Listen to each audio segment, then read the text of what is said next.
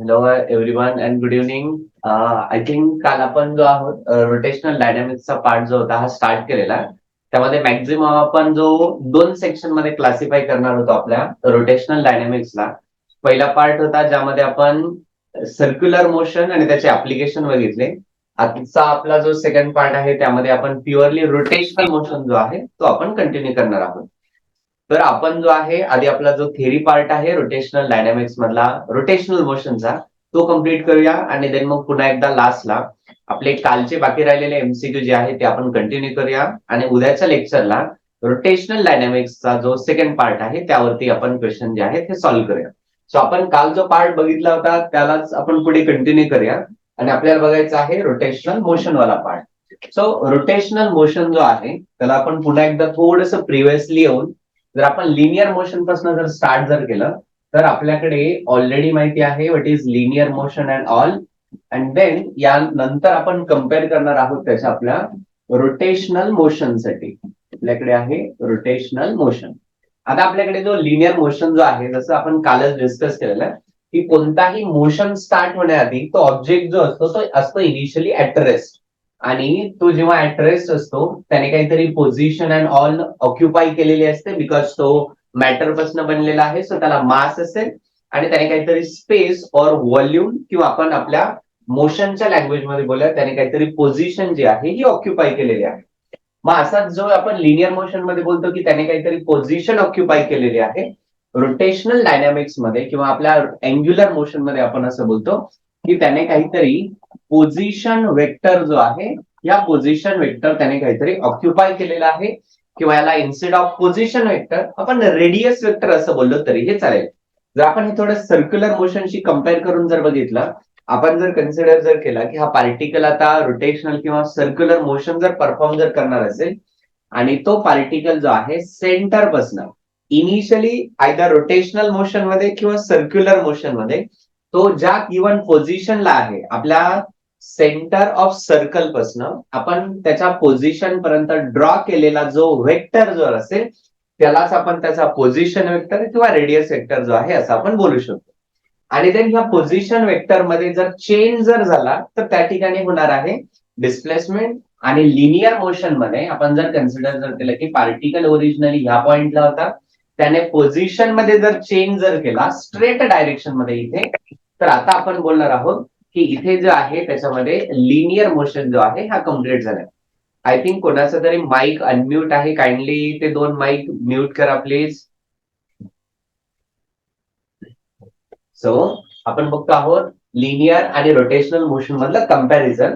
यामध्ये आपण असं बघितलं की कोणताही ऑब्जेक्ट जेव्हा इनिशियली ऍट रेस्ट असेल तर लिनियर मोशन मध्ये आपण त्याच्या पोझिशन पासून स्टार्ट करतो आणि रोटेशनल मोशन मध्ये त्याच्या पोझिशन और रेडियस वेक्टर पासून स्टार्ट करतो.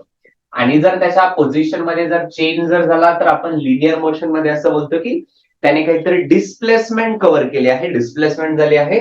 आणि जर त्याने ह्या रेडियस वेक्टर पोझिशन वेक्टर मध्ये जर काहीतरी चेंज जर केला तर इथे हा जो छोटासा अँगल जो फॉर्म झाले आहे आपण असं बोलतो की त्याने इथे काहीतरी अँग्युलर डिस्प्लेसमेंट जी आहे ती अँग्युलर डिस्प्लेसमेंट कव्हर केली आहे. सो आपण कन्सिडर करूया आपल्याकडे हा जो पर्टिक्युलर पार्ट जो आहे इथे याला जर आपण कंटिन्यू जर केलं इथे तर आपण इथे असं डिस्कस केलं आहे की हा जेव्हा लिनियर मोशन मध्ये असणार आहे त्या लिनियर मोशन मध्ये त्याच्या पोझिशन मध्ये जर चेंज जर झाला तर तिथे प्रोड्यूस होणार आहे लिनियर डिस्प्लेसमेंट.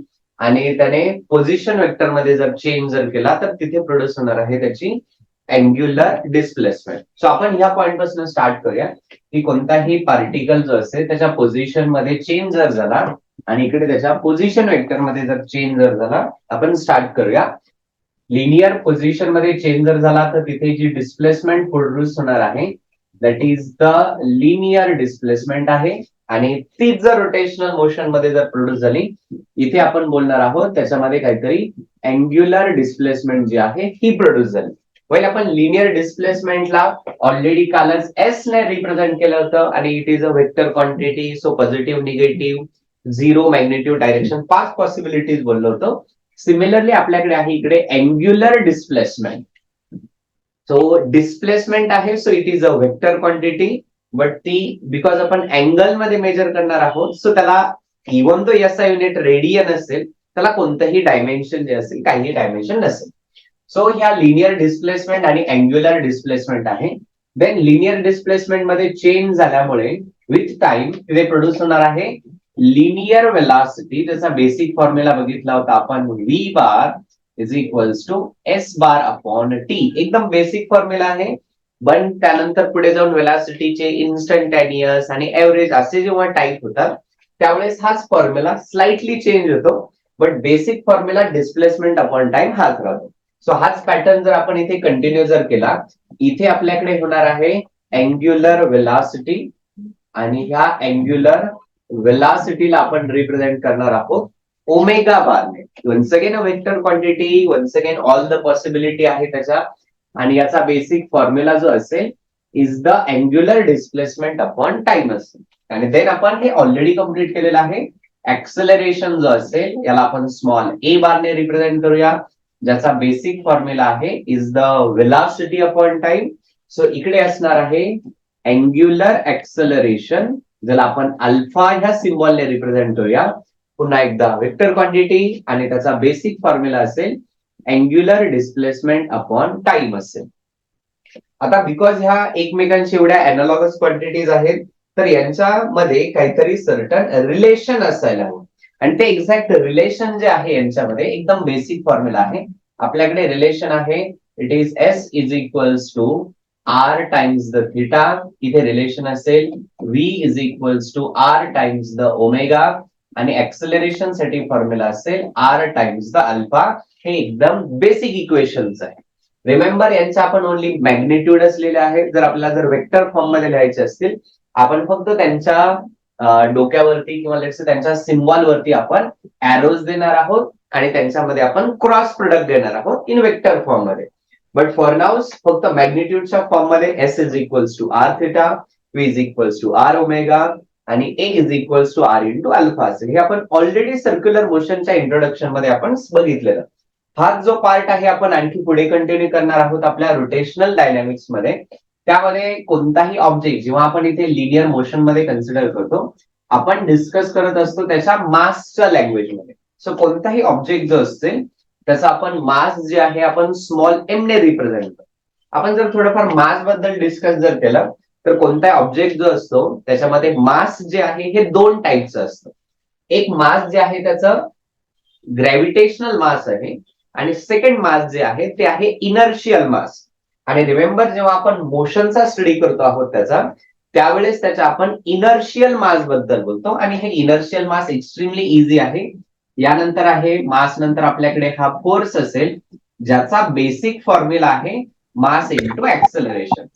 सो इथे हा जो मास जो असणार आहे त्याचा बेसिक फॉर्म्युला येणार आहे it is the force upon acceleration. आणि हे जे मास आहे याच मासला आपण बोलतो त्याचं इनर्शियल मास.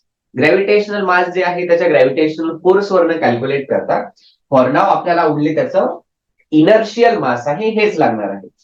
मग इथे जसं ह्या लिनियर मोशन मध्ये हा मास आहे विच इज इनर्शियल मास, असाच आपल्या रोटेशनल मोशन मध्ये मासची अॅनालॉगस जी क्वांटिटी आहे याला आपण बोलणार आहोत once again moment of inertia.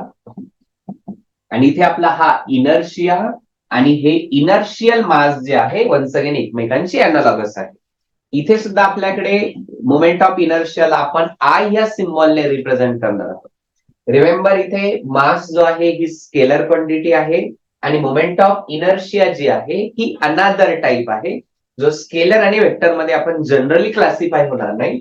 आपण फक्त एवढंच कन्सिडर करूया this is the inertial mass linear motion मध्ये, आणि रोटेशनल मोशन मध्ये आहे आपल्याकडे मोमेंट ऑफ इनर्शिया. देन जसं ह्या सर्व क्वांटिटीज मध्ये एकमेकांमध्ये काहीतरी रिलेशन आहे, असंच आपल्याकडे हा मोमेंट ऑफ इनर्शिया जो आहे हा आणि आपला हा जो मास जो आहे यांच्यामध्ये बेसिक रिलेशन आहे it is M R square. कोणत्याही मोमेंट ऑफ इनर्शियाचा सर्वात बेसिक फॉर्म्युला जो आहे is the summation of M I R I square. आणि हा आय जो आहे याच्या व्हॅल्यू स्टार्ट होणार आहे 1 पासून तर एन पर्यंत. याचा सिंपल मिनिंग असा आहे की मोमेंट ऑफ इनर्शिया मी जर फक्त एकाच पार्टिकलचा कॅल्क्युलेट करत असेल तर आपल्याला m1r1 स्क्वेअर हा बेसिक फॉर्म्युला असेल. मी जर दोन पार्टिकलचा कॅल्क्युलेट करत असेल तर प्लस m2r2 स्क्वेअर असेल. असे आपल्याकडे जेवढे नंबर ऑफ पार्टिकल्स असतील त्यानुसार आपला मोमेंट ऑफ इनर्शियाचा फॉर्म्युला जो आहे या फॉर्म्युल्यामध्ये फिट होतो. सो आपण आपला स्टडी जो प्रिव्हियसली सर्क्युलर मोशन मध्ये फक्त ऍक्सलरेशन पर्यंतच लिमिटेड ठेवला होता, त्याला आपण आणखी 2-3 स्टेप पुढे घेऊन जाणार आहोत. त्यातली पहिली स्टेप आपण इथे कम्प्लीट केली, ज्यामध्ये आपण बघितला इनर्शियल मास लिनियर मोशन मध्ये आणि रोटेशनल मोशन मध्ये आहे मोमेंट ऑफ इनर्शिया. त्या दोघांचं एकमेकांमध्ये असलेलं रिलेशन जे आहे is moment of inertia is summation of MI/RI square. आपण थेरी पार्ट मध्ये ह्या मोमेंट ऑफ इनर्शियाच्या डेफिनेशन अँड ऑल सर्व काही बघितलेलं आहे.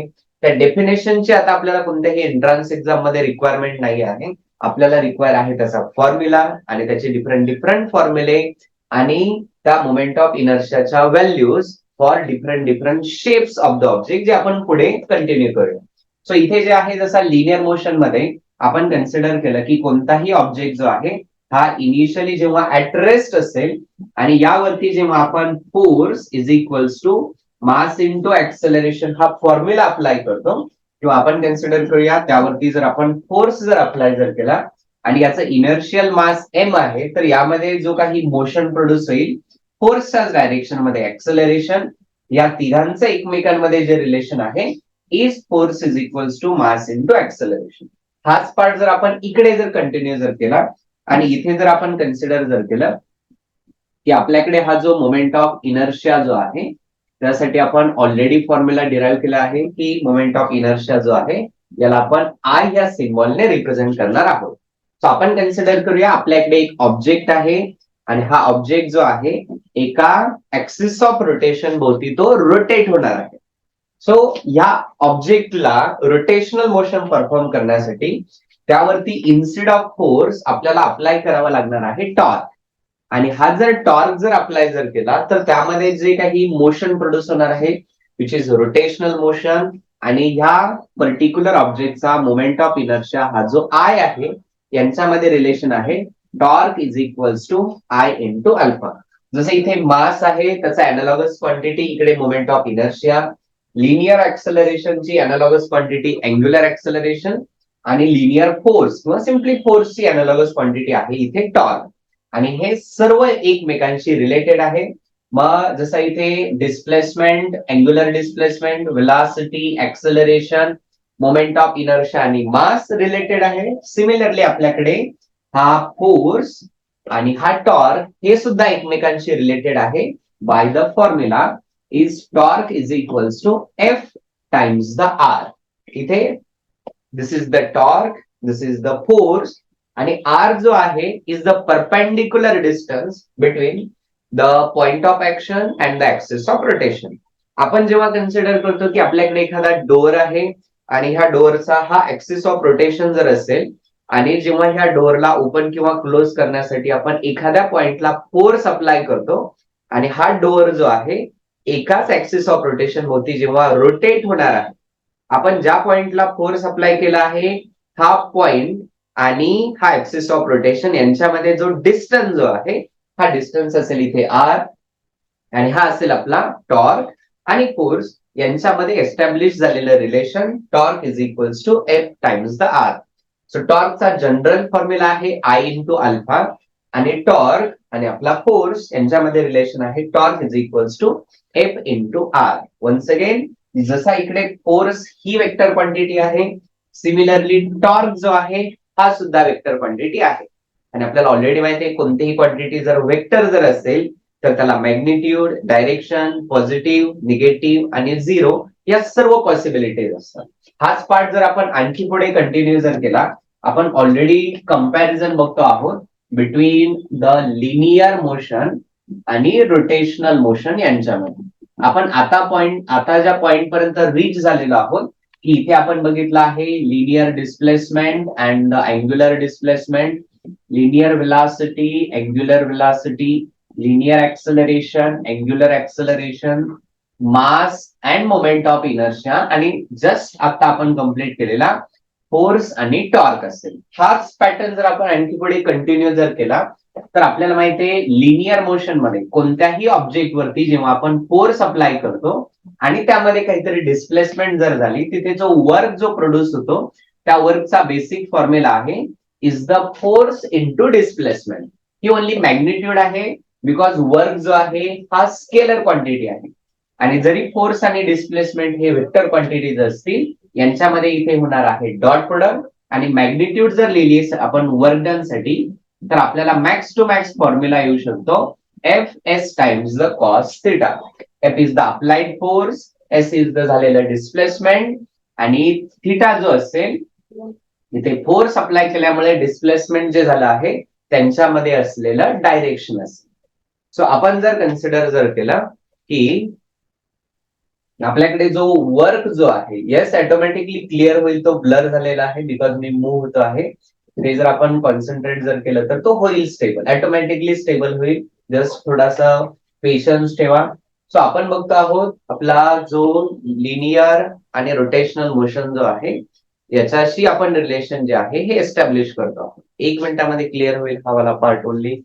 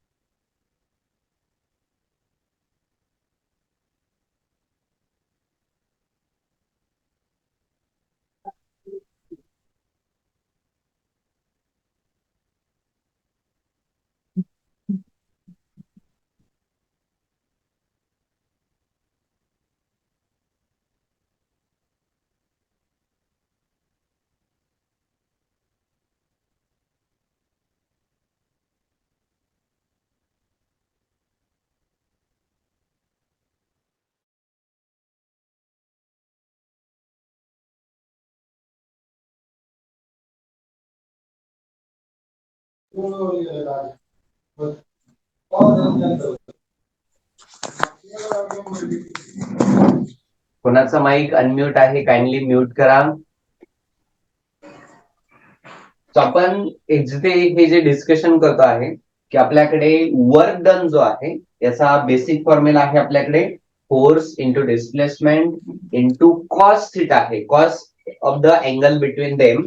सो आपल्याकडे हा वर्क डन असेल. असाच वर्क डन जर आता आपल्याला इकडे अँग्युलर मोशन मध्ये जर कॅल्क्युलेट करायचं असेल, work done steel remains the work done.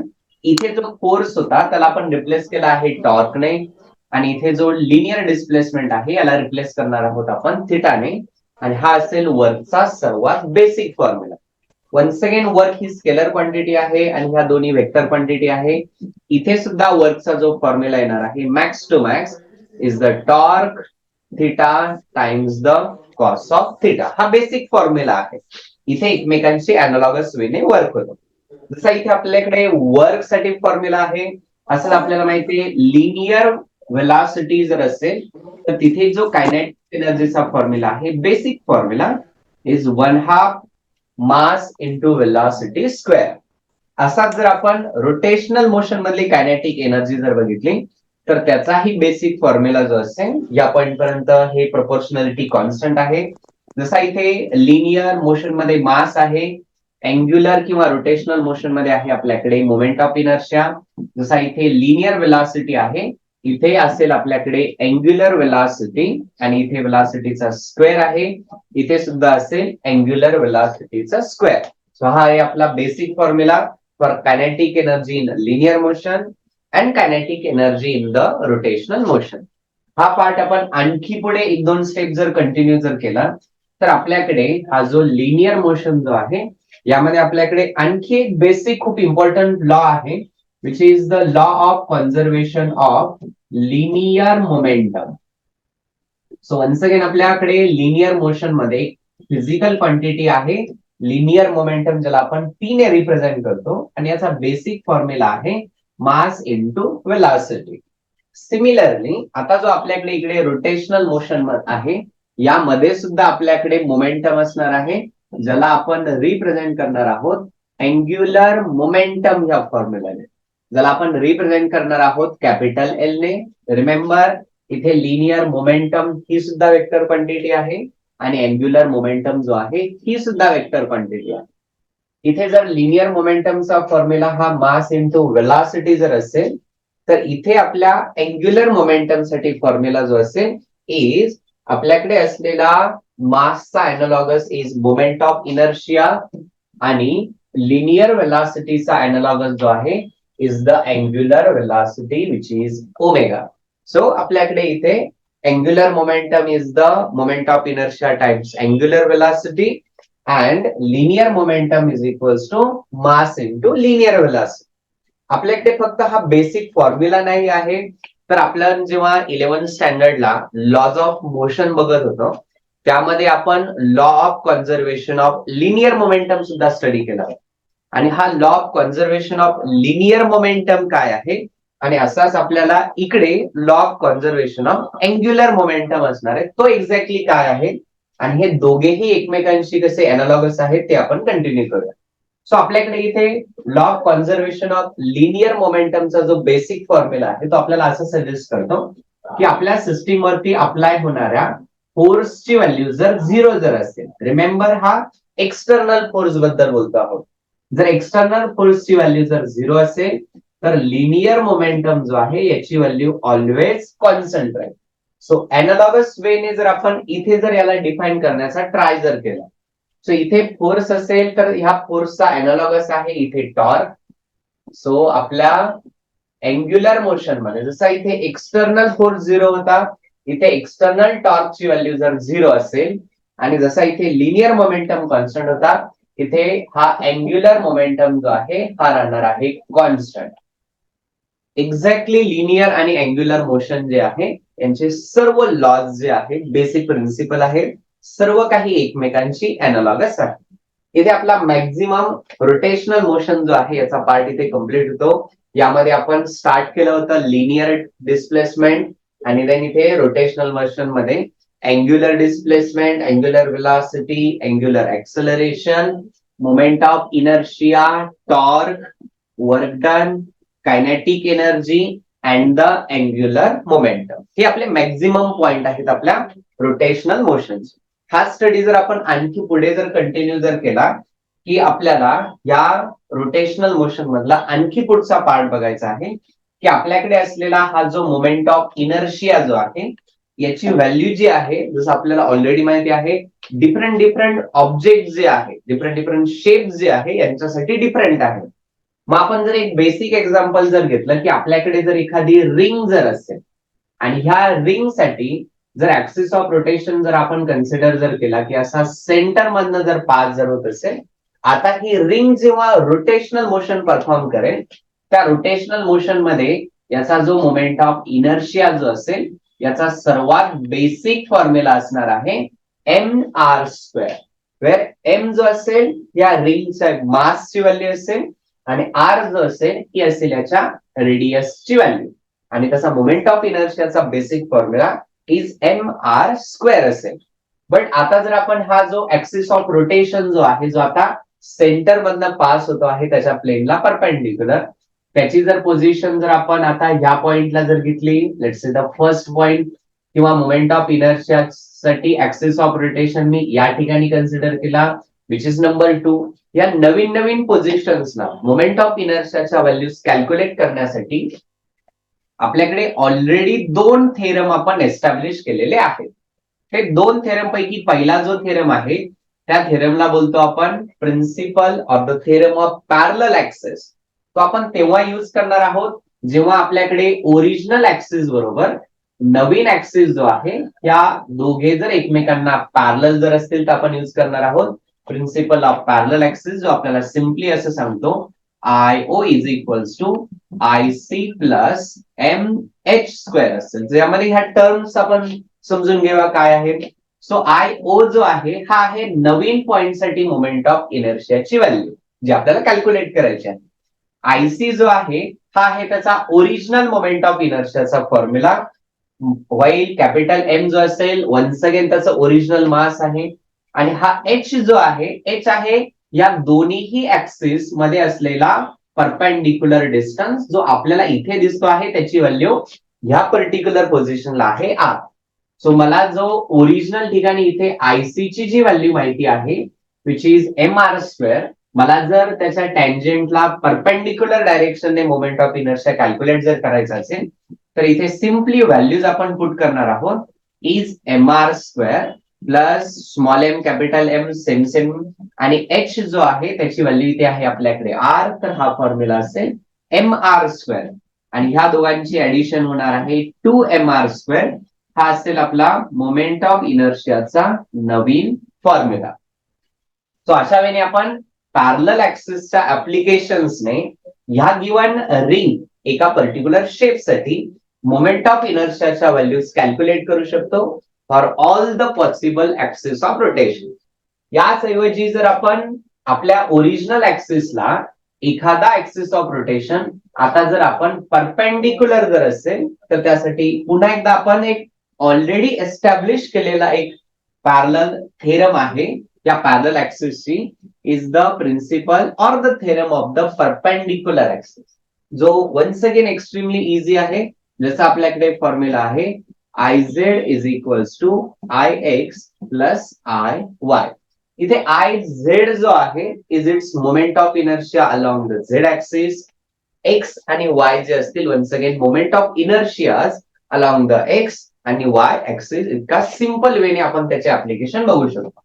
While आता प्रत्येक वेळेस इथे इन्स्टेड ऑफ रिंग जो आहे याऐवजी नेक्स्ट ऍप्लिकेशन मध्ये आपल्याकडे एखादी डिस्क असू शकते, त्यानंतर आपल्याकडे एखादा स्पियर असू शकतो, सिलेंडर असू शकतो आणि यांच्याही डिफरंट डिफरंट पॉसिबिलिटीज आणि मोमेंट ऑफ इनर्शियाच्या व्हॅल्यूज आपण थेरम ऑफ पॅरलल आणि परपेंडिक्युलर ऍक्सिस यूज करून कॅल्क्युलेट करू शकतो.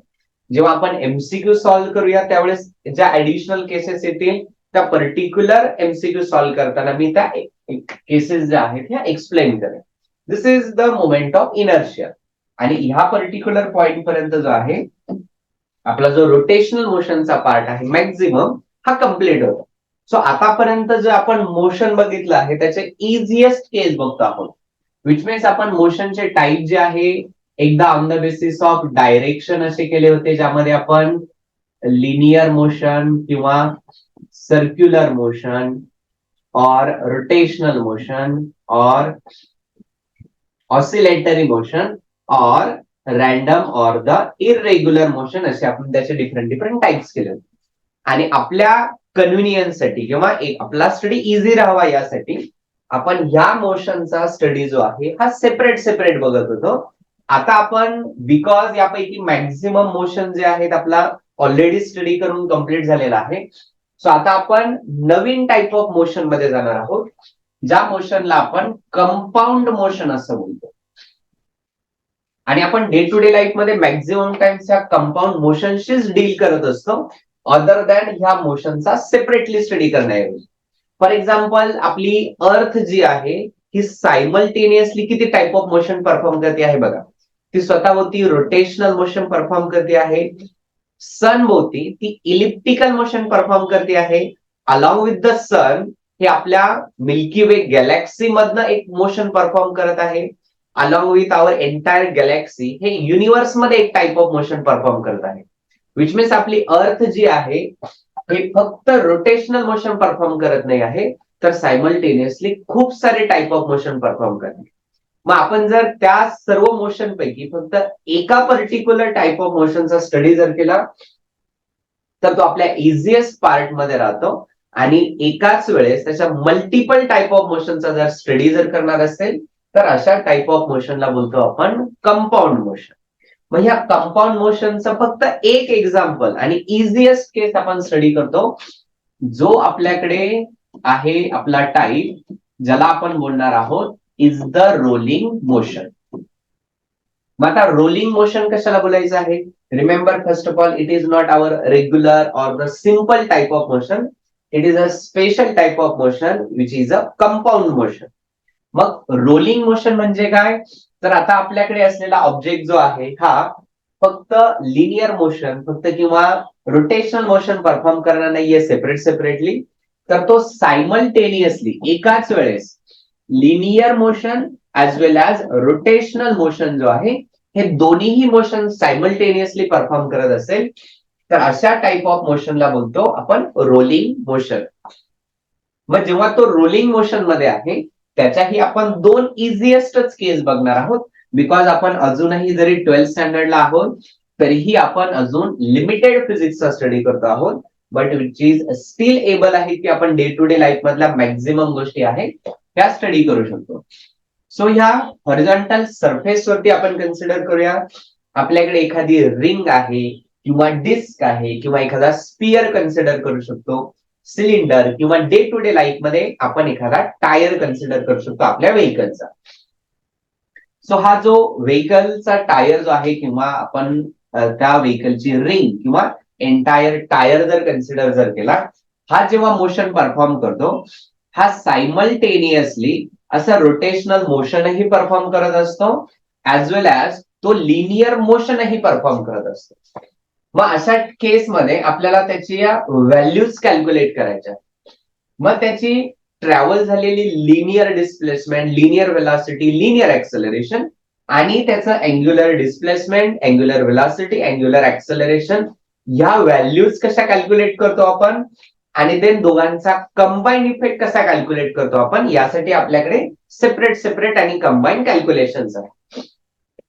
मला जर कॅल्क्युलेट करायचे असेल ह्या व्हीलने कव्हर केलेला अँग्युलर डिस्प्लेसमेंट जो आहे, तर त्यासाठी मला माहिती असायला हवं ह्या रोटेशनल मोशनची फ्रिक्वेन्सीची व्हॅल्यू. जी काही फ्रिक्वेन्सीची व्हॅल्यू असेल यावरनं मी त्याची अँग्युलर डिस्प्लेसमेंट, अँग्युलर वेलॉसिटी आणि अँग्युलर ऍक्सेलरेशनच्या व्हॅल्यूज कॅल्क्युलेट करू शकतो. आणि वन्स अगेन त्याच व्हॅल्यू मी लिनियर मोशनशी कम्पेअर करून लिनियर डिस्प्लेसमेंट, वेलॉसिटी आणि ऍक्सेलरेशन ह्या सुद्धा व्हॅल्यूज कॅल्क्युलेट करू शकतो. जरी आपण त्या व्हॅल्यूज कॅल्क्युलेट करू शकतो इझिएस्ट वेने, आपल्याला ह्या रोलिंग मोशनचा स्टडी जो आहे ऍटलिस्ट आपल्या ह्या पर्टिक्युलर सेक्शन मध्ये जो आहे हा ओनली त्याच्या एनर्जीचा स्टडी करायचा. नाव एनर्जीचा स्टडी करायचा आहे, विच मीन्स आता जर हा पर्टिक्युलर जो कोणता ऑब्जेक्ट असेल हा ओनली आपल्या अर्थच्या किंवा हॉरिझॉन्टल सरफेस वरती जर असेल तर त्यामध्ये त्याची जी पोटेन्शियल एनर्जी जी आहे तो पार्ट आपण निग्लिजिबल कन्सिडर करून या रोलिंग मोशनचा ओनली कायनेटिक एनर्जीचा पार्ट कन्सिडर करतो. सो आपण बघणार आहोत जेव्हा हा ऑब्जेक्ट रोलिंग मोशन मध्ये आहे त्याची कायनेटिक एनर्जीची व्हॅल्यू किती असेल आणि देन कायनेटिक एनर्जी आणि पोटेन्शियल एनर्जी दोघांच्या ऍडिशनने टोटल एनर्जी बनते. बट याची पोटेन्शियल एनर्जी जर आपण निग्लिजिबल कन्सिडर केलेली आहे, विच मीन्स याची total energy is nothing but kinetic energy आहे. सो हे equation in terms of kinetic energy किंवा टोटल एनर्जी सेम इक्वेशन्स आहेत आपल्याकडे. मग आपल्याकडे लिनियर मोशन साठी आपल्याला ऑलरेडी इक्वेशन माहिती होतं विच इज 1/2 mv². आणि रोटेशनल मोशन मध्ये वन्स अगेन आपण ऑलरेडी डिराईव्ह केलेला आहे रोटेशनल मोशन साठी 1/2 I⍵². मला इथे कंबाईन इक्वेशन हवं आहे, रादर दॅन हे इक्वेशन ही कंबाईनच आहे ऑलरेडी. बट याच इक्वेशन आपण आणखी सिम्प्लिफाय जर केलं तर इथे 1/2 mv² remains as it is plus 1/2 remains as it is. हा जो मोमेंट ऑफ इनर्शिया जो आहे याला आपण रिप्लेस करूया mk² ने. आपल्याला ऑलरेडी माहिती आहे एम काय आहे, is the simply the mass. आणि इथे हा जो के जो आहे याला आपण बोलणार आहोत radius of gyration. Radius of gyration ही वन्स अगेन आपल्या अँग्युलर मोशन मधली एक one of the important physical quantity आहे, रेडियस ऑफ द गायरेशन. आणि हा जो ω² जो आहे याला आपल्याला रिप्लेस करायचा आहे. आपल्याकडे लिनियर वेलॉसिटी आणि अँग्युलर वेलॉसिटी मध्ये रिलेशन माहितीये V is equals to R⍵. आपण प्रत्येक टर्मचा जर स्क्वेअर जर केला तर आपल्याला हे इक्वेशन येईल V² is equals to R² ω². या इक्वेशन मध्ये आपल्याला ω² ला रिप्लेस करायचा आहे.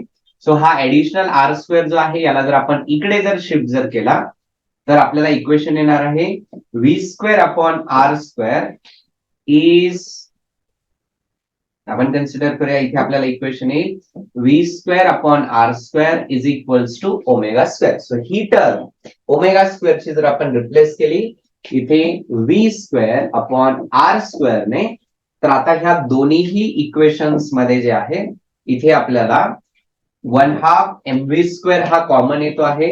So this is 1/2 mass velocity square into bracket. पहिल्या टर्म मध्ये आपण एंटायर टर्म यूज केली आहे. सो इथे ओनली 1 बाकी राहील मल्टिप्लिकेशन डिव्हिजन मध्ये. वाईल या टर्म मध्ये आपण 1/2 m आणि v² बाहेर घेतला आहे. ब्रॅकेट मध्ये बाकी राहिला आहे ओनली k² इथे हा जो r जो आहे तुम्ही स्मॉल r जरी यूज केला तरी चालेल, कॅपिटल R जरी यूज केला तरीही चालेल. दोघांचा मिनिंग सिम्पली आहे, आपण जो कोणता ऑब्जेक्ट रोलिंग मोशन मध्ये कन्सिडर करतो आहोत त्याची रेडियसची value. So this is the kinetic energy of the rolling motion. आणि रिमेंबर ही वाली जी केस आहे आपण कन्सिडर केली आहे हॉरिझॉन्टल सरफेस वरती. आता याच इझिएस्ट केस हॉरिझॉन्टल सरफेस ऐवजी आता जर आपण एका सर्टन इन्क्लाइन सरफेसला जर गेलो, मग त्यामध्ये आपण कन्सिडर करणार आहोत की आपला ऑब्जेक्ट जो आहे हा एका सर्टन इनिशियल हाईट वरती आहे. तो जेव्हा ह्या पर्टिक्युलर पॉइंटला आहे आपण कन्सिडर करतो आहोत की यामध्ये काहीतरी पोटेन्शियल एनर्जी आहे, आणि हा जेव्हा ह्या डायरेक्शनने खाली येणार आहे त्याच्यामध्ये असलेल्या पोटेन्शियल एनर्जीचं कन्व्हर्जन इथे कायनेटिक एनर्जी मध्ये होणार आहे. सो हे सर्व व्हॅल्यू जर आपण पुट जर केल्या, आता हा पार्टिकल किंवा ऑब्जेक्ट जो इनिशियली इथे ऍट रेस्ट आहे म्हणजे त्याची वेलॉसिटी 0 असेल तर कायनेटिक एनर्जीची व्हॅल्यू 0 असेल. आणि इथे जी त्याची पोटेन्शियल एनर्जी जी आहे mgh हीच असणार आहे नाव त्याची टोटल एनर्जीची value. Because total energy is what, kinetic energy plus potential energy. आणि कायनेटिक एनर्जी जर 0 जर असेल आपल्याकडे बाकी राहणार आहे ओनली पोटेन्शियल एनर्जी. आपल्याकडे पोटेन्शियल एनर्जीचं हे इक्वेशन. आता इथे दिसत आहे की पोटेन्शियल एनर्जीची व्हॅल्यू डिपेंड आहे एम, जी आणि एच वरती. आउट ऑफ विच एम आणि जी जे असतात हे आपल्या एक्सपेरिमेंट मध्ये कॉन्स्टंट आहे. सो ओनली क्वांटिटी चेंज होणार आहे विच इज अ हाईट, जेव्हा हा पर्टिक्युलर ऑब्जेक्ट जो आहे रोलिंग मोशन परफॉर्म करून आपल्या अर्थ सरफेस वरती रीच होणार आहे. सो हा ऑब्जेक्ट जेव्हा रोलिंग मोशन परफॉर्म करून फायनली जेव्हा ह्या पॉइंटला रीच होणार आहे, remember law of conservation of energy नुसार त्याची टोटल एनर्जीची व्हॅल्यू तर कॉन्स्टंट असायला हवी. बट जेव्हा तो एका सर्टन हाईट वरनं अर्थ सरफेस कडे येत आहे विच मीन्स त्याची हाईटची व्हॅल्यू जेव्हा डिक्रीज होणार आहे, या पॉइंटला आल्यानंतर त्याची पोटेन्शियल एनर्जी जी असेल याची व्हॅल्यू 0 होईल आणि ह्या एंटायर पोटेन्शियल एनर्जीचं कन्व्हर्जन झालेलं असणार आहे त्याच्या कायनेटिक एनर्जी मध्ये. आणि इथे आल्यानंतर आता जी यांनी कायनेटिक एनर्जी परफॉर्म केली आहे किंवा अटेन केली आहे, गेन केली असेल, ही कायनेटिक एनर्जी असणार आहे त्याची kinetic energy of the rolling motion. किंवा हा बिकॉज हा ऑब्जेक्ट जो आहे इथे असा स्लाइड करत येणार नाहीये. जर स्लाइड जर करत आला असता तर आपण ओनली त्याची लिनियर वेलॉसिटी आणि लिनियर कायनेटिक एनर्जी कन्सिडर केली असते. बट बिकॉज तो आता रोल होत येणार आहे which is a compound motion special case, so आपण यूज करणार आहोत kinetic energy of the rolling motion. मग ह्या केसमध्ये त्याने ह्या पॉइंट पासून तर ह्या पॉइंट पर्यंत ट्रॅव्हल केलेलं हे जे डिस्प्लेसमेंट जे आहे, या डिस्प्लेसमेंट आणि जेव्हा तो फायनली ह्या पॉइंटला रीच झाला त्याची वेलॉसिटी, आणि त्याने ह्या पॉइंटला इनिशियल वेलॉसिटी 0 होती, आता काहीतरी वेलॉसिटीची व्हॅल्यू गेन झाली आहे. सो इथे प्रोड्यूस झालेलं ऍक्सेलरेशन, या सर्वांसाठी आपल्याकडे रेडीमेड फॉर्म्युलेज आहेत, आता आपण डिराईव्ह करणार नाही.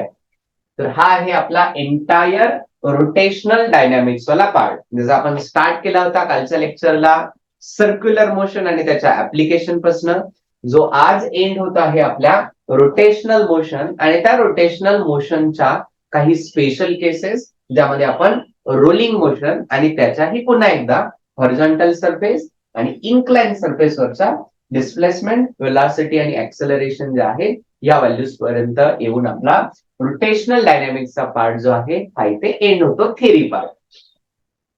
रेस्ट ऑफ द लेसन मध्ये आपण जे कालचे एमसीक्यूज बाकी राहिले आहेत ते कंटिन्यू करणार आहोत. आणि आजचा जो आपला पार्ट झाला आहे रोटेशनल डायनॅमिक्सचा, त्यावरती जे एमसीक्यू आहे आपण उद्याच्या एंटायर लेक्चर मध्ये तेच एमसीक्यू सॉल्व्ह करणार आहोत. आज पुन्हा एकदा तुमच्या बरोबर एक लेक्चर संपल्यानंतर एक रोटेशनल डायनॅमिक्स वरती एक एमसीक्यू ची कॉपी शेअर केली जाईल. 50 MCQ असेल त्यामध्ये. तुम्ही ट्राय करा तुमच्याकडनं किती सॉल्व्ह होत आहे. जर सर्व काही सॉल्व्ह झाले वेल अँड व्हेरी गुड. जे बाकी राहणार आहे ऑफकोर्स आपण आपलं उद्याचं लेक्चर आहे त्यामध्ये सॉल्व्ह करणार आहोत. आपण कंटिन्यू करूया आज रेस्ट ऑफ द लेक्चर मध्ये.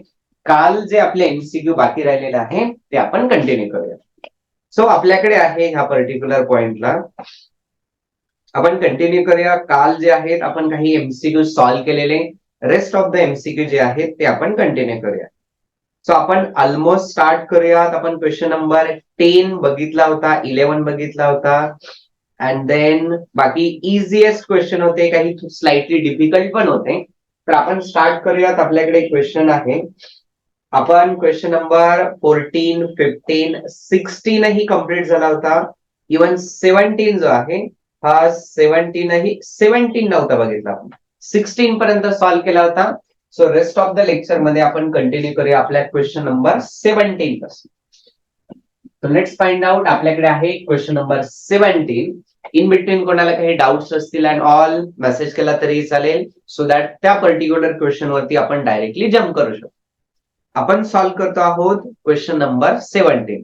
आय होप सर्वांकडे आयदर सॉफ्ट कॉपी किंवा काल सॉफ्ट कॉपी दिल्यानंतर मे बी तुम्ही त्याचं झेरॉक्स काढल्यामुळे हार्ड कॉपी ही असू शकेल.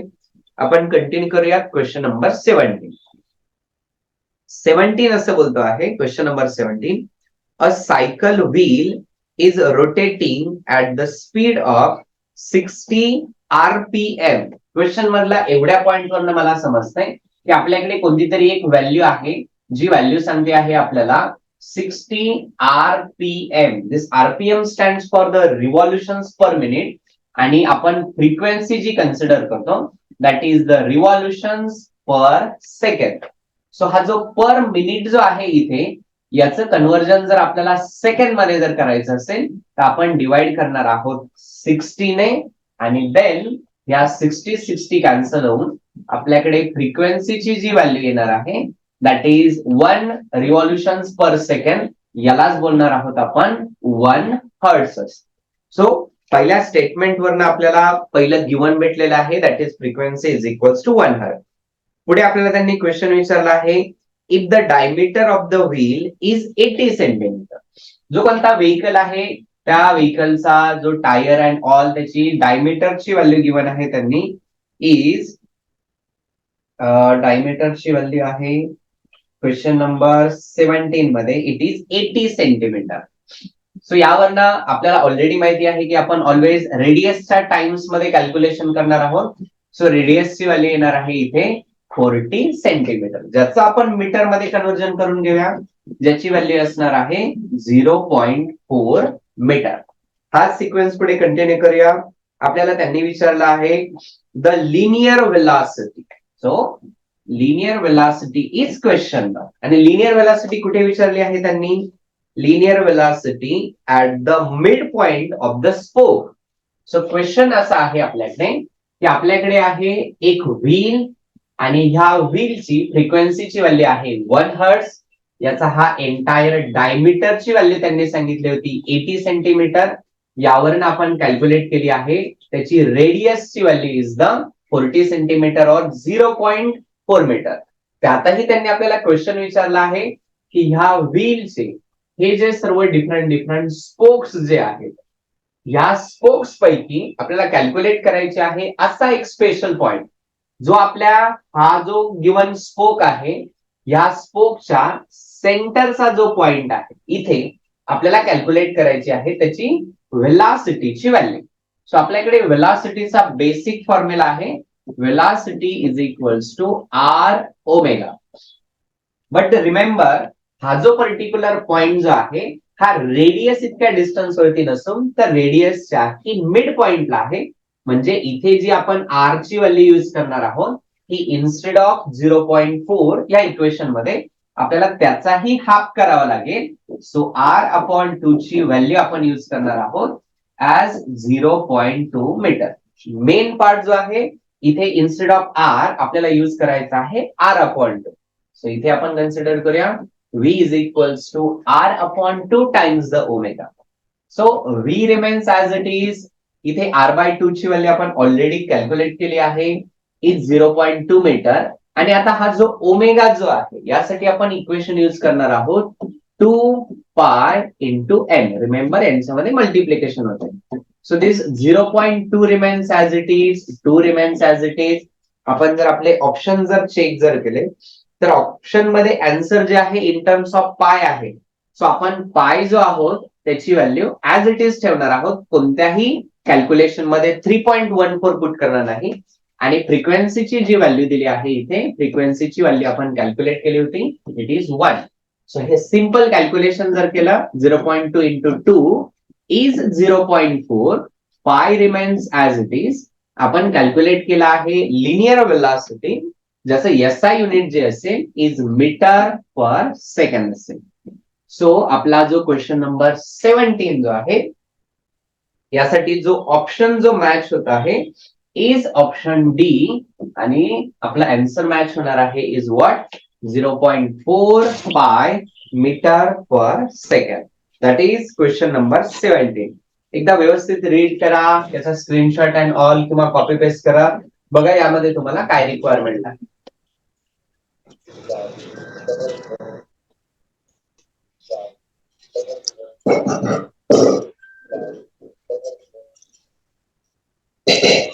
रुद्राक्ष, आय थिंक तुझा माईक अनम्यूट आहे, काइंडली तो म्यूट करशील.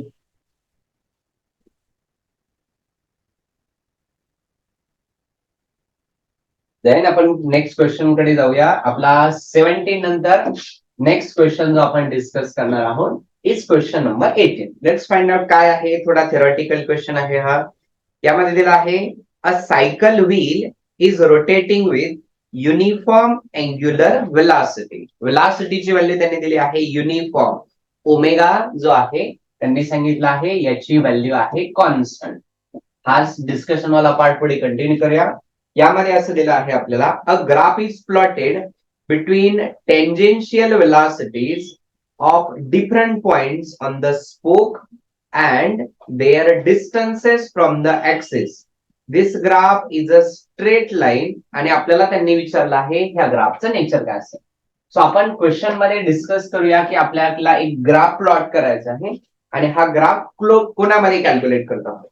So a graph is plotted between the tangential velocity and different points on the spoke. तर यामध्ये आपण डिपेंडंट इंडिपेंडंट जर बघितलं, आपल्याकडे हे व्हील जर असेल आणि व्हीलचा हा एक पर्टिक्युलर स्पोक जर असेल तर त्याचं ओरिजिन पासूनच आपण हे जे सर्व डिफरंट डिस्टन्सेस आहेत यांचं ग्राफ प्लॉट करणार आहोत या सर्व पॉइंटच्या टेंजेन्शियल वेलॉसिटीवरती. मग त्यांनी असं सांगितलं आहे की ह्या ज्या टेंजेन्शियल वेलॉसिटी जो आहे याचा ग्राफ ऑलरेडी त्यांनी सांगितलं आहे it is a straight line आहे. बट ह्या ग्राफ मध्ये आपल्या एक्स आणि वाय ऍक्सिस वरती कोण असेल तर आपल्याला ऑलरेडी माहिती आहे हा एक्स ऍक्सिस जो असतो हा असतो independent.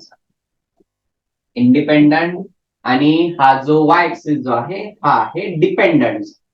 So it doesn't matter आपला व्हेकल जो आहे हा ऍट रेस्ट आहे, मोशन मध्ये आहे.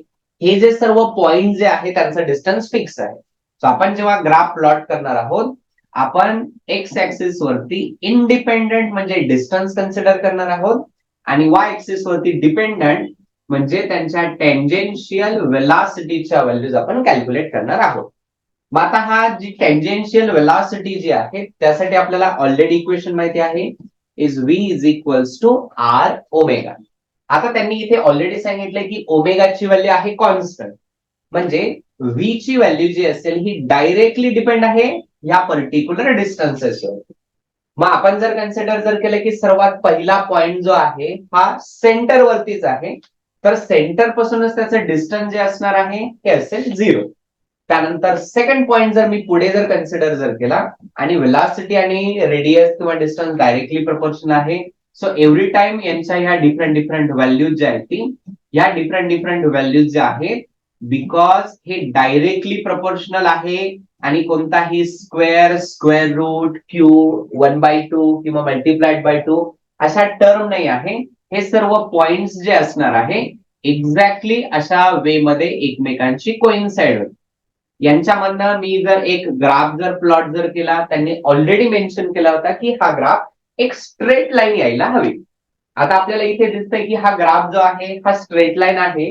अल्सो आपल्याला एक ऍडिशनल इन्फॉर्मेशन आहे यामध्ये, the graph is a straight line. आणि ऑप्शन जर चेक जर केले तर ऑप्शन ए सांगतो आहे की हा ग्राफ जो आहे हा वेलॉसिटी ऍक्सिसला पॅरलल आहे. नाहीये. वेलॉसिटी ऍक्सिसला जर एखादा ग्राफ पॅरलल जर असेल तर तो अशा डायरेक्शन मध्ये असेल. तो नाहीये आपला ह्या पर्टिक्युलर केसमध्ये. ऑप्शन बी सांगतो आहे parallel to the distance axis. आपला ग्राफ जर असा जर असता तर आता हा डिस्टन्स ऍक्सिसला पॅरलल असता. वन्स अगेन असाही नाही आहे. ऑप्शन सी सांगतो आहे intercepting both velocity and distance axis. म्हणजे हा ग्राफ जो आहे असा कुठेतरी आहे की तो वेलॉसिटी आणि डिस्टन्स दोघांनाही इंटरसेप्ट होत आहे. वन्स अगेन नाही आहे. आपलं ग्राफचं जे नेचर जे आहे तिथे या पर्टिक्युलर पॉइंटला ऑप्शन डी मॅच होत आहे. It is passing through the origin. आपला ग्राफ जो आहे आपल्या दोन्हीही ऍक्सिसच्या ओरिजिन पासून पास होतो आहे. आणि याचा स्लोप जो आहे त्यांनी सांगितलंय की याचा स्लोप जो आहे हा ओमेगा यायला हवा. आता आपल्याकडे कोणताही स्लोप जो असतो कोणत्याही ग्राफचा, ह्या स्लोपचा आपल्याकडे फॉर्म्युला माहिती आहे, is the delta Y upon delta X असेल ना. स्लोप जो आहे delta Y which means Y axis वरती आहे. सो इथे लिहूयात आपण slope is equals to velocity आणि एक्स ऍक्सिस वरती आहे हा डिस्टन्स. आणि आपल्याला ऑलरेडी माहिती आहे व्ही अपॉन आर जे आहे हे कशाचं इक्वेशन आहे. हेच इक्वेशन जर आपण इथे पुढे कंटिन्यू जर केलं, इथे आपल्याला ऑलरेडी इक्वेशन माहिती आहे V is equals to R omega. So R जर मी ह्या डायरेक्शनला जर शिफ्ट जर केला, व्ही अपॉन आर जी व्हॅल्यू आहे ती व्हॅल्यू आहे आपली ओमेगाची. विच मीन्स हा स्लोप जो आहे हा स्लोप आहे ओमेगाचा. सो ह्या एंटायर डिस्कशन वरनं ओनली एकच कन्क्लुजन निघतंय की आपला ग्राफ जो आहे हा ओरिजिन मधनं पास होतो आहे एव्हरीवन. आणि ह्या ग्राफचा मी जर स्लोप जर घेतला तर तो स्लोप इक्वल टू आहे ओमेगा साठी. So for our question number 18 only एकच ऑप्शन मॅच होतो आहे which is the right option. Option D. It is a graph is a straight line passing through origin with the slope omega. That is question number 18. I hope मी एकदम व्यवस्थित explain केला आहे एवढ्या डिस्कशनची. I don't know आपल्याला requirement आहे किंवा नाही, but अशाच टाईपचा आणखी एखादा ग्राफचा जर क्वेश्चन जर असेल तुम्हाला बेसिक माहिती असायला पाहिजे. एक्स आणि वाय ऍक्सिस कसे डिसाइड करणार आहोत आपण, हा ग्राफ कसा ड्रॉ होईल, त्याचा स्लोप काय असेल, आणि देन त्या फिजिकल क्वांटिटीज वरनं स्लोप जो आहे हा कशाला रिप्रेझेंट करणार आहे. हे सर्व आपण ग्राफ जे आहेत फिजिक्स मध्ये 11th स्टँडर्डला 3rd नंबरचा लेसन जो आहे मोशन इन अ प्लेन, त्या लेसन मध्ये आपण मल्टिपल ग्राफ ड्रॉ केलेले आहेत. त्याच्याशी रिलेटेड हा आपला एक पर्टिक्युलर क्वेश्चन होता. सो हा झाला आहे आपला क्वेश्चन नंबर 18. पण आणखी आपला सिक्वेन्स पुढे कंटिन्यू करूया. आपल्याकडे क्वेश्चन नंबर 19 आहे. वन्स अगेन हा क्वेश्चन जो आहे हा ग्राफशी रिलेटेड आहे. सो आता तो इझिएस्ट वे मध्ये सॉल्व्ह व्हायला हवा. Question number 19. If a graph is plotted for rotating wheel between angular velocity and distance x, the graph is a straight line. आता हा आपण ग्राफ बघूया की हा ग्राफ आहे वन्स अगेन. सो ग्राफ साठी पुन्हा एकदा आपण ड्रॉ केला आहे एक्स आणि वाय ऍक्सिस. पुन्हा एकदा एक्स ऍक्सिस असायला हवा अशी क्वांटिटी की जी इंडिपेंडंट आहे, आणि वाय ऍक्सिस असायला हवा अशी क्वांटिटी ज्याची व्हॅल्यू जी आहे ही आपल्या एक्स ऍक्सिस वरती जी फिजिकल क्वांटिटी आहे त्यावरती असेल डिपेंडंट. क्वेश्चन नंबर 19 मध्ये बोलता येते if a graph is plotted for rotating a whale between angular velocity. So आपल्याकडे दोन फिजिकल क्वांटिटी आहे, एक आहे अँग्युलर वेलॉसिटी आणि दुसरं जे आहे that is the distance X. So this is our wheel, this is the centre, आणि ह्या सेंटर पासून हे जे डिफरंट पॉइंट आहेत आपल्या रेडियस वरती, ज्याला आपण प्रिव्हियस केस मध्ये वन्स अगेन डिस्टन्स बोललो होतो, रेडियस बोललो होतो, त्याला इथे बोलले आहे डिस्टन्स. सो पुन्हा एकदा इट डझंट मॅटर आपला व्हेकल किंवा हा टायर और ring what ever it is at rest आहे की मोशन मध्ये आहे, त्याच्या डिस्टन्सच्या व्हॅल्यू ज्या आहेत ह्या चेंज होणार नाही. विच मीन्स हा जो पर्टिक्युलर पॉइंट आहे सेंटर पासन, ऍज अन एक्झाम्पल जर 2 सेंटीमीटर ह्या डिस्टन्स वरती आहे असं आपण अज्युम जर केलं, तर हा व्हेकल ऍट रेस्ट आहे किंवा मोशन मध्ये आहे. ह्या पर्टिक्युलर पॉइंटचं डिस्टन्स सेंटर पासन 2 सेंटीमीटरच राहणार आहे, irrespective of the any other thing. Therefore हा डिस्टन्स जो आहे विच इज एक्स, हा येणार आहे आपल्या एक्स ऍक्सिस वरती. बाकी राहिलेला ओमेगा जो आहे हा येणार आहे आता आपल्या वाय ऍक्सिस वरती. सो जो पार्ट नको आहे डिपेंडंट इंडिपेंडंट वाला, याला आपण इरेज करूया. सो आपल्याकडे क्वेश्चन नंबर 19 मध्ये असा एक ग्राफ आहे between the angular velocity and the distance. Then continue करूया. स्लाइटली ब्लर होत आहे, बट स्टील आपण एबल आहोत की आपण इथे क्लिअरली विजिबल आहे आपल्याला की एक्झॅक्टली काय प्रोसेस होणार आहे. थोड्या वेळाने ते ऑटोमॅटिकली क्लिअर होईल. सो आपण हेच डिस्कशन पुढे कंटिन्यू करूया क्वेश्चन नंबर 19 चं. आता त्यांनी विचारलंय असा जर आपण ग्राफ जर प्लॉट जर केला तर हा ग्राफ कसा असेल. आता आधी आपण ग्राफ प्लॉट करूया. सो आपल्याकडे हा जो ओमेगा जो आहे याची व्हॅल्यू किंवा याचा फॉर्म्युला आहे व्ही अपॉन आर वरती. आता ह्या पर्टिक्युलर केसमध्ये बिकॉज हा आर जो आहे हा इंडिपेंडंट आहे आणि ओमेगाची व्हॅल्यू आपल्याला कॅल्क्युलेट करायची आहे. क्वेश्चनला आपण आणखी एकदा रीड करूया. A graph is plotted for a rotating wheel between angular velocity and the distance. आता जेव्हा हा व्हील रोटेट होणार आहे तर ह्या व्हीलचा प्रत्येक पॉइंट जो असेल हा सुद्धा रोटेटच होणार आहे. आणि असं तर होणार नाहीये की हा पॉइंट आधी रोटेट होईल त्यानंतर हा रोटेट होईल, नाही. सर्व पॉइंट सायमल्टेनियसली रोटेट होणार आहे. याचा क्लिअरली असा मिनिंग आहे की हे जे सर्व पॉइंट्स आहेत सर्व पॉइंटसाठी ओमेगाची व्हॅल्यू जी आहे ही येणार आहे कॉन्स्टंट. सो आपण जर ग्राफ जर स्टार्ट जर केला आणि ह्या ग्राफ मध्ये पुन्हा एकदा आपण कन्सिडर करूया आपल्या ह्या डिस्कशन मध्ये आपले हे जे सर्व पॉइंट जे आहेत हा पॉइंट जर कन्सिडर जर केला सेंटरवाला, आता त्याची एक्स ची व्हॅल्यू 0 असेल आणि ओमेगाची व्हॅल्यू जी असेल आपण कन्सिडर करूया जी काही ओरिजिनल कॉन्स्टंट व्हॅल्यू असेल तीच असेल. जसा ह्या डिस्टन्सच्या व्हॅल्यूज पुढे चेंज होत जातील बट स्टील त्याची अँग्युलर वेलॉसिटीची व्हॅल्यू जी आहे ही कॉन्स्टंट राहते. सो ह्या पॉइंटसाठी इथे असेल अँग्युलर वेलॉसिटी, ह्या पॉइंटसाठी अँग्युलर वेलॉसिटी, अशा डिफरंट पॉइंटसाठी अँग्युलर वेलॉसिटीची व्हॅल्यू जी आहे ही राहणार आहे कॉन्स्टंट. मग इथे जर मी हा ग्राफ जर प्लॉट जर केला तर असा येणार आहे आपल्याकडे ग्राफ. आता ह्या ग्राफ जो आहे आपल्या कोणत्या ऑप्शनशी मॅच होत आहेत आपण ते डिस्कस करूया. सो क्वेश्चन नंबर 19 आपण ग्राफ ड्रॉ केला आहे between angular velocity and the distance. आणि हा जो ग्राफ जो आहे ऑप्शन ए सांगतो आहे parallel to the omega axis.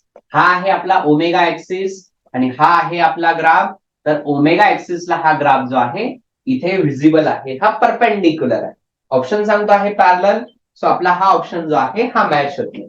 Option B सांगतो आहे आपल्याला parallel to the distance axis. Yes, this is our graph, this is the distance axis आणि हे दोघे जण आहेत एकमेकांना parallel. So for question number 19 आपला ऑप्शन जो मॅच होता आहे is option B. I hope सर्वांना हाही क्वेश्चन समजला असेल. Once again about the graph आहे. So for question number 19 right option जो मॅच होता आहे दॅट इज ऑप्शन बी. या स्पीडने जर गेलो तर आय डोंट नो एवढा आपले एमसीक्यू आहे किती दिवस लागतील. सो आपण थोडं स्पीड घेणार आहोत या क्वेश्चन नंतर. पुढे आपल्याला दिला आहे क्वेश्चन नंबर 20. क्वेश्चन नंबर 20 असं सांगतो आहे in a uniform circular motion a particle describes. Particle uniform circular motion मध्ये आहे. आता त्यामध्ये काय पॉसिबिलिटीज होत आहे हे आपण डिस्कस करूया. ऑप्शन ए सांगतो आहे same distance in same interval of time at all points. आता आपल्याकडे युनिफॉर्म सर्क्युलर मोशन असेल त्याच्यामध्ये युनिफॉर्मचाच मिनिंग आहे की हे पिरियडिक मोशन आहे, सेम डिस्टन्स मध्ये सर्व व्हॅल्यूज त्याच्या सेम असणार आहे. सो पुढचे क्वेश्चन डिस्कस करण्याऐवजी आपण डायरेक्टली इथे बोलू शकतो that for question number 20 our right option is option A only. In a uniform circular motion a particle describes same distance in same interval of the time at all the points. प्रत्येक individual point same time मध्ये same distance जो आहे हा travel करणार आहे. Question number 21 बघूया काय दिलं आहे यामध्ये. A student notes down following characteristic of the uniform circular motion. Uniform circular मोशनच्या एका स्टुडंटने खाली 4 प्रॉपर्टीज दिलेल्या आहेत आणि आपल्याला फाइंड आउट करायचं आहे या 4 पैकी किती त्याच्या कॅरेक्टरिस्टिक बरोबर आहे. पहिला ऑप्शन असा आहे magnitude of angular velocity and the tangential velocity remains constant. Remember uniform circular motion मध्ये uniform circular motion. This uniform word stands for the all the magnitudes. All the magnitudes. आणि जेव्हा मी all the magnitude बोलतो आहे, we are talking about the linear velocity and the angular velocity. त्यांच्या magnitude definitely constant राहतील. So student ने हे जे पहिलं स्टेटमेंट जे लिहिलं आहे हे स्टेटमेंट आहे true. Let's find out second statement कसं आहे. सेकंड स्टेटमेंट मध्ये दिलं आहे direction of angular and tangential velocity is same. Particle आहे युनिफॉर्म सर्क्युलर मोशन मध्ये, त्याची टेंजेन्शियल वेलॉसिटी आता ह्या डायरेक्शनला आहे, आता ह्या डायरेक्शनला आहे, आता ह्या डायरेक्शनला आहे. इन ऑल प्रत्येक पॉइंटला त्याची वेलॉसिटीचं डायरेक्शन चेंज होते. ऑप्शन बी सांगतो आहे कॉन्स्टंट राहतो आहे.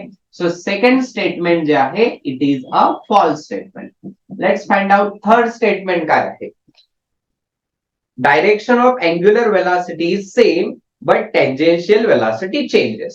अँग्युलर वेलॉसिटी जी आहे ही अशा डायरेक्शनने आहे आणि ती कंटिन्युअसली ह्याच डायरेक्शनने असतील. So yes direction of angular velocity जे आहे हे कॉन्स्टंट आहे आणि टेंजेन्शियल वेलॉसिटीचं डायरेक्शन कंटिन्युअसली चेंज होत आहे. Yes.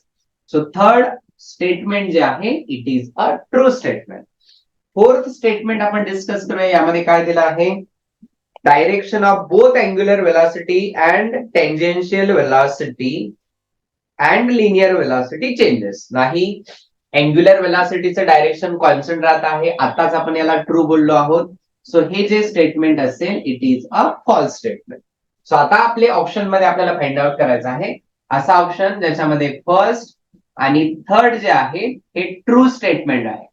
And for our question number I think 21 आणि यामध्ये जो आपला राईट ऑप्शन आहे विच इज ऑप्शन बी जो आपल्याला सांगतो आहे फर्स्ट आणि थर्ड स्टेटमेंट जे आहे हे ट्रू आहे. So for question number 21 right option is option B आहे. आपण थोडंफार स्पीड घेऊया, काही क्वेश्चन स्किप करूया तिथे. बट स्टील क्वेश्चन नंबर 22 जो आहे is the centripetal force acting on a particle in a uniform circular motion in magnitude. सर्व सेंट्रिफ्युगल फोर्स कोणीही असेल त्या दोघांच्याही व्हॅल्यू ज्या आहेत आपण काल डिस्कस केलेलं सेमच आहे. Is either mv square upon R or M R omega square. दोघांपैकी एक व्हॅल्यू आपल्याला फाइंड आउट करायची आहे. आपला ऑप्शन जो आहे ऑप्शन सी मध्ये mv स्क्वेअर अपॉन आर जो आहे हा फॉर्म्युला मॅच होतो आहे. So for question number 22 right option जो आहे इज ऑप्शन सी आहे. आपण काही क्वेश्चन स्किप करून जम्प करूया आपल्या क्वेश्चन नंबर 25 वरती. काइंड ऑफ थोडाफार डिफिकल्ट वाटतो आहे but let's find out. Question number 25 एकदा रीड करून ट्राय करा त्यामध्ये काय गिवन आहे, कसं आपण सॉल्व्ह करणार आहोत अँड ऑल. सो क्वेश्चन असा आहे अ सिलिंग फॅन, आपला घरामधला regular ceiling fan is in a uniform circular motion of diameter 60 centimetre. Question number 25 मध्ये गिवन आहे आपल्याला पहिला पॉइंट लक्षात ठेवायचा आहे it is uniform circular motion. Second point मध्ये दिला आहे diameter is what 60 centimetre. As आतापर्यंत जे आपण कन्क्लूड केलं आहोत की आपण रेडियसच्या फॉर्म मध्ये इक्वेशन सॉल्व्ह करणार आहोत. सो रेडियसची व्हॅल्यू येईल 30 सेंटीमीटर, जसं मीटर मध्ये कन्व्हर्जन होऊन येईल 0.3 मीटर, की आपण रेडियस यूज करूया पुढे. With uniform speed of 300 RPM. We know ही व्हॅल्यू 300 RPM मध्ये असेल तर यूज करता येणार नाही. द ओनली टाइम ती value RPS that is revolutions per second मध्ये असेल तर त्याला आपण फ्रिक्वेन्सी बोलू शकतो. So this is the 300 revolutions per minute. डिनॉमिनेटरला मिनिट आहे, त्याचं कन्व्हर्जन जर मला सेकंदामध्ये करायचं असेल तर हा येणार आहे 6 आणि आपली फ्रिक्वेन्सीची व्हॅल्यू येणार आहे इथे n is equals to 5 hertz. हे आपल्याकडे अनादर गिवन झाला. देन पुढे कंटिन्यू करूया. The centripetal acceleration acting on the tip of the blade is. Remember आपल्याला कॅल्क्युलेट करायचं आहे centripetal acceleration. Centripetal acceleration. So it is, याला आपण रिप्रेझेंट करणार आहोत ACP ने. So what is the centripetal acceleration नाव? सो आपण सेंट्रिपेटल फोर्सचा जो फॉर्म्युला जो आहे FCP is one of the formula is mr omega square. आणि आपल्याकडे फोर्सचा जनरल फॉर्म्युला आहे मास इंटू ऍक्सलरेशन. या दोन इक्वेशनला कम्पेअर जर केलं तर हे दोन्ही आहेत फोर्स, हे कॅन्सल झालं मास, बाकी राहिलेलं ऍक्सलरेशन जे आहे is the r omega square. आणि हेच असेल आपलं centripetal acceleration r omega square. While त्यांनी आपल्याला आर ची व्हॅल्यू तर आपण कॅल्क्युलेट केली आहे 0.3 मीटर, आणि ओमेगा कॅल्क्युलेट करण्यासाठी आपण फॉर्म्युला यूज करूया 2πn, आणि n ची व्हॅल्यू त्यांनी आपल्याला डायरेक्टली गिवन आहे. सो आपण व्हॅल्यूज पुट करूया ह्या इक्वेशन मध्ये. आर ची व्हॅल्यू आपण यूज करणार आहोत इज व्हॉट 0.3. ओमेगाची व्हॅल्यू यूज करणार आहोत 2 into pi into n square. Sorry 2πn जर कन्सिडर जर केला, आणि आपण प्रत्येक टर्म जो आहे याचा इथे स्क्वेअर करणार आहोत. आपले ऑप्शन चेक करूया आधी बिफोर आपण कॅल्क्युलेशनला जाऊया. सो क्वेश्चन नंबर 25 जो आहे त्यामध्ये त्यांनी सर्व कॅल्क्युलेशन केलं आहे, विच मीन्स पायची व्हॅल्यू आपण पुट करणार आहोत. सो हा जो अननेसेसरी पार्ट जो आहे हा जर आपण इथे इरेज जर केला, आणि हे कॅल्क्युलेशन पुढे आपण कंटिन्यू करूया. लेट्स फाइंड आउट यामध्ये काय इक्वेशन येणार आहे आपल्याला. सो 0.3 जो आहे steel remains as it is. 2 square जो आहे इज 4 दॅट वी नो. पाय जो आहे त्याची व्हॅल्यू आहे 3.14. त्याचा स्क्वेअर जर केला तर त्याची व्हॅल्यू आपण ऑलमोस्ट कन्सिडर करू शकतो 10, जी 9.8 असणार आहे ऍक्च्युअली, बट आपण त्याला राऊंड अप करून 10 कन्सिडर करू शकतो. एन ची व्हॅल्यू आहे इथे 5 हर्ट्ज. त्याचा जर स्क्वेअर जर केला आपण तर इथे येणार आहे आपल्याला 25. या कॅल्क्युलेशन मध्ये आपण 0.3 आणि 10 यांचं मल्टिप्लिकेशन जर केलं तर आपल्याला आन्सर येणार आहे 3, आणि हा 4 इंटू 25 जर केलं तर आपल्याला आन्सर येणार आहे 100. आणि ह्या दोघांचं कॅल्क्युलेशन जर केलं तर आपला आन्सर असणार आहे 300. रिमेंबर आपण कॅल्क्युलेट करतो आहोत ऍक्सलरेशन, सो त्याचं SI युनिट असायला हवं metre per second square. But आपल्याला जे मॅक्झिमम एमसीक्यू जे आहे हे ऑप्शन जे आहेत ते आपल्याला SI युनिट बद्दल जास्त ते व्हेरिएशन देत नाही. ते व्हेरिएशन ऑलवेज हवं असतं त्यांना मॅग्निट्यूडच्या लँग्वेज मध्ये. सो फॉर क्वेश्चन नंबर 25 आपला एकच ऑप्शन मॅच होत आहे, विच इज ऑप्शन डी. जसं आन्सर वन्स अगेन आहे 300 metre per second square. Extremely easy question होता हा, की आपल्याला सेंट्रिपेटल ऍक्सलरेशन कॅल्क्युलेट करायचा होता. बेसिक फॉर्म्युला डायमीटर दिला आहे त्यावरनं रेडियस कॅल्क्युलेट केली, आणि फ्रिक्वेन्सी दिली आहे त्यावरनं अँग्युलर वेलॉसिटी आपण कॅल्क्युलेट केली, आणि आपला क्वेश्चन नंबर 25 साठी राईट ऑप्शन मॅच होत आहे, which is option D 300 metre per second square. Then question number 26 कडे जाऊयात आपण.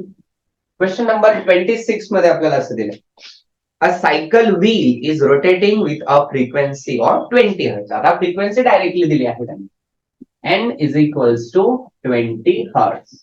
Kind of fast vehicle drive होत आहे ही. Cycle wheel is rotating with a frequency of 20 hertz. Two dust particles are at the distance of r/2 and the r. So आपण consider करूया आपल्याकडे एक आहे सायकलचं व्हील, त्याचा इथे आहे हा सेंटर, आणि सेंटर पासून ही असेल आपली रेडियसची व्हॅल्यू. त्यांनी सांगितलंय की ह्या व्हीलच्या रेडियस वरती 2 डस्ट पार्टिकल आहे. कुठे आहेत ते डस्ट पार्टिकल?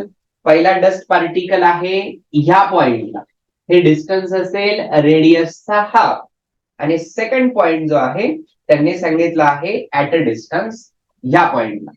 सो आपल्या ह्या पर्टिक्युलर रेडियस वरती 2 पार्टिकल आहे ह्या पर्टिक्युलर पॉइंटला, and this is another point ज्याची डिस्टन्सची व्हॅल्यू ऑफकोर्स आपल्याला माहिती आहे ही व्हॅल्यू असणार आहे या पॉइंट पर्यंत आर. हे झाले आपले पॉइंट एस्टॅब्लिश. पुढे त्यांनी सांगितलं आहे R is the radius of the wheel.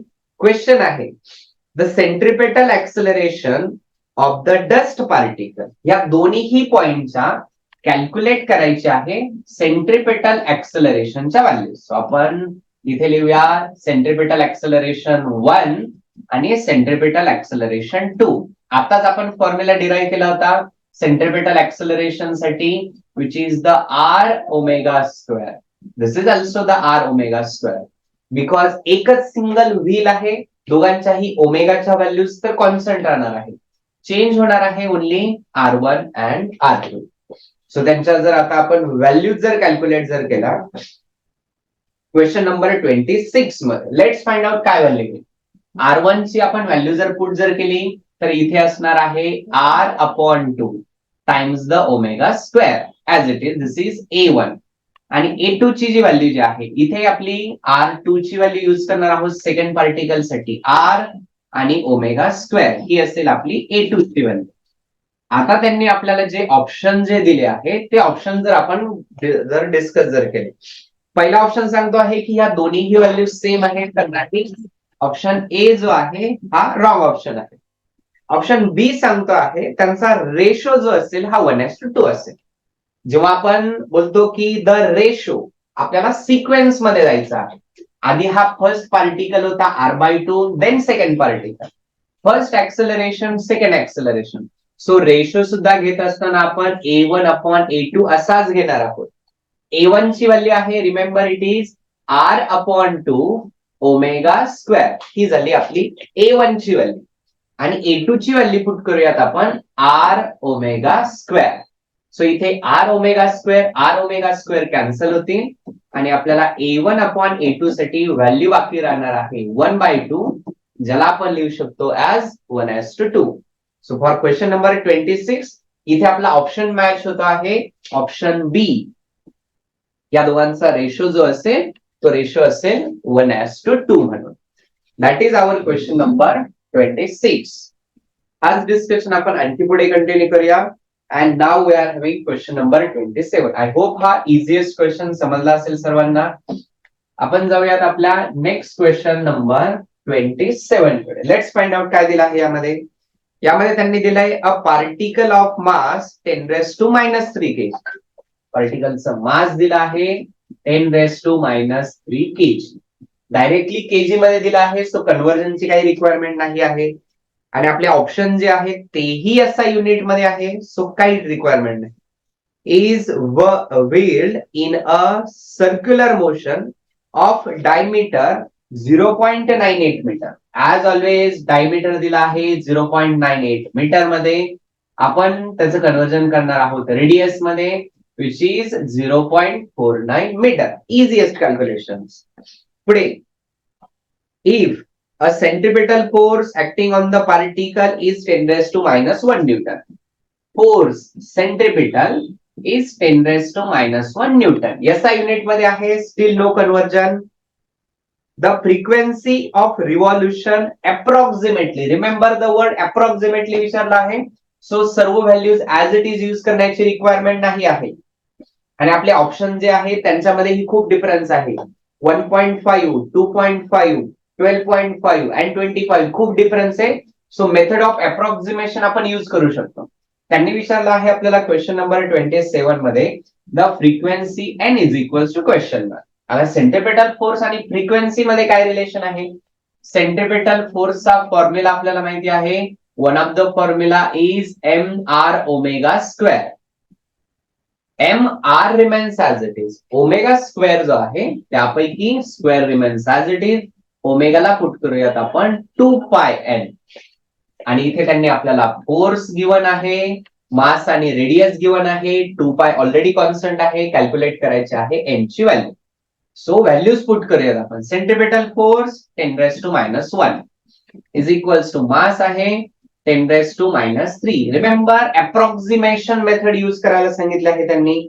आणि देन आपल्याकडे हा जो 0.49 जो आहे याला अप्रॉक्सिमेशन मध्ये मी युज करणार आहे 0.50 किंवा 0.5 कन्सिडर केला तरीही आपल्याला अलाव आहे ह्या पॉइंटला. देन आपण कन्सिडर करूया हा इथे 2 जो आहे त्याचा स्क्वेअर येईल 4. वन्स अगेन पाय स्क्वेअर आणि मेथड ऑफ अप्रॉक्सिमेशन मध्ये पाय स्क्वेअर ची व्हॅल्यू मी युज करू शकतो. वन्स अगेन 10 अलाव आहे आपल्याला. बाकी राहिला आहे N square. As it is ठेवूया त्याला. रेस्ट ऑफ द टर्म्स मध्ये आपण कॅल्क्युलेशन करून बघूया काय होणार आहे. So this is 10⁻⁻1 remains as it is. इथे हा 0.5 इंटू 4 आणि इंटू 10 आहे. एक एक कॅल्क्युलेशन करूयात आपण. 0.5 इंटू 10 जर कॅल्क्युलेशन जर केलं तर आपल्याकडे कॅल्क्युलेशन येणार आहे 5 इंटू 4 जो आहे remains as it is. N square remains as it is and this 10⁻³ still remains the as it is. पुढे आणखी कंटिन्यू करूया. आता आपल्याला एन स्क्वेअर ची व्हॅल्यू हवी आहे. सो ह्या सर्व टर्म ज्या आहेत याला आपण या साईडला शिफ्ट करूया. So 10⁻⁻1 remains as it is. 5 into 4 that we know 20 into 10⁻³ आणि ही व्हॅल्यू आहे आपली N square. This is our values.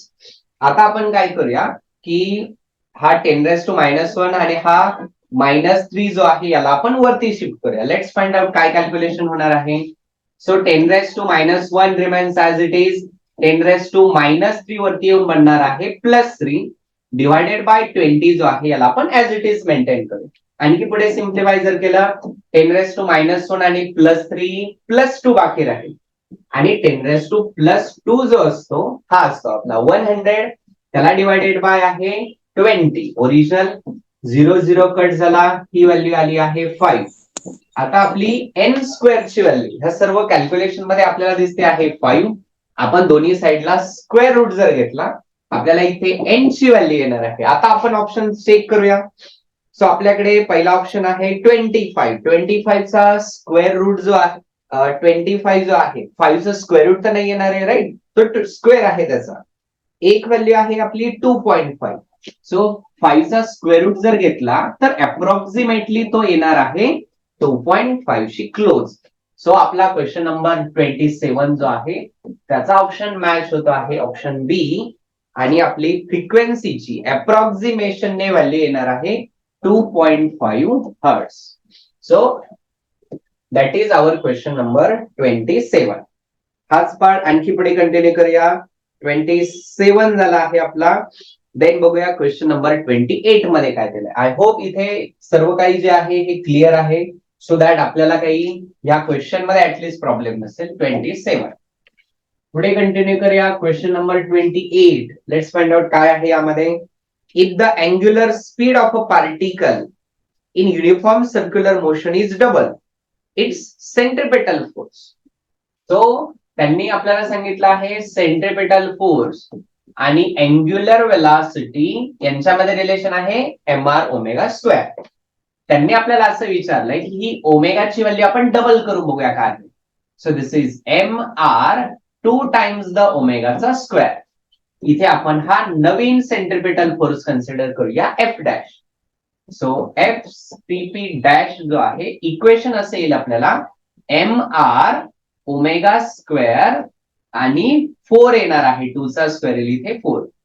आता हा आपला Fcp' is equals to 4 times mr ω² value आहे आपल्या ओरिजिनल फोर्सची Fcp. सो यावरून आपलं कन्क्लुजन असं येतंय की अँग्युलर वेलॉसिटीची व्हॅल्यू जर आपण डबल जर केली तो जो काही नवीन फोर्स जो असेल हा ओरिजिनल फोर्सचा 4 टाइम्स आहे. सो आपला ऑप्शन जो मॅच होतो आहे फॉर 28 ऑप्शन सी मॅच होतो आहे increases 4 times. Question number 28 right option is option C. That is question number 28. इथे जर आपण क्वेश्चन नंबर 29 जर डिस्कस जर केलं काय दिलं आहे 29 मध्ये. The frequencies of rotation of the two particles in uniform circular motion of radius r1 and r2 on a circular disk of radius r. Remember या सर्व डिस्कशन मध्ये युनिफॉर्म सर्क्युलर मोशन आणि युनिफॉर्म सर्क्युलर मोशन मध्ये त्याच्या फ्रिक्वेन्सीच्या values same असतात. So आपला जो फ्रिक्वेन्सीचा रेशो जो असणार आहे हा असणार आहे 1:1 for question number 29. Right option directly match होतो आहे इज 1:1. क्वेश्चन नंबर 30 बघूयात काय दिलं आहे क्वेश्चन नंबर 30 मध्ये. यामध्ये आपल्याला असं दिलं आहे centripetal force in uniform circular motion. Uniform circular motion आहे त्यामधल्या सेंट्रिपेटल फोर्स बद्दल ते विचारत आहे की काय होईल. ऑप्शन ए सांगतो आहे constant magnitude and the same direction. Option B सांगतो आहे varying magnitude and direction. Option C सांगतो आहे constant magnitude and the varying direction. आपण डिस्कस करूया काय ते विचारत आहे आपल्याला सेंट्रिपेटल फोर्स. जसा फॉर्म्युला आहे आयदर mv² अपॉन r घेऊया किंवा mr ओमेगा स्क्वेअर घेऊया. जेव्हा आपण बोलतो आहोत uniform circular motion which means magnitude wise everything remains the constant. So magnitude आणि डायरेक्शन मध्ये मॅग्निट्यूड डिसाइड झाली युनिफॉर्म मुळे त्याची मॅग्निट्यूड कॉन्स्टंट असेल आणि सर्क्युलर मोशन मध्ये त्याचं डायरेक्शन कंटिन्युअसली चेंज होत आहे बिकॉज ते सर्क्युलर मोशन आहे. डायरेक्शन चेंज नाही झालं तर सर्क्युलर मोशन नसेल. सो युनिफॉर्म सर्क्युलर मोशन मध्ये centripetal force of constant magnitude with the changing direction. कोणता ऑप्शन मॅच होतो आहे आपला question number 30. Centripetal force in uniform circular motion has option C constant magnitude and the varying direction. That is question number 30.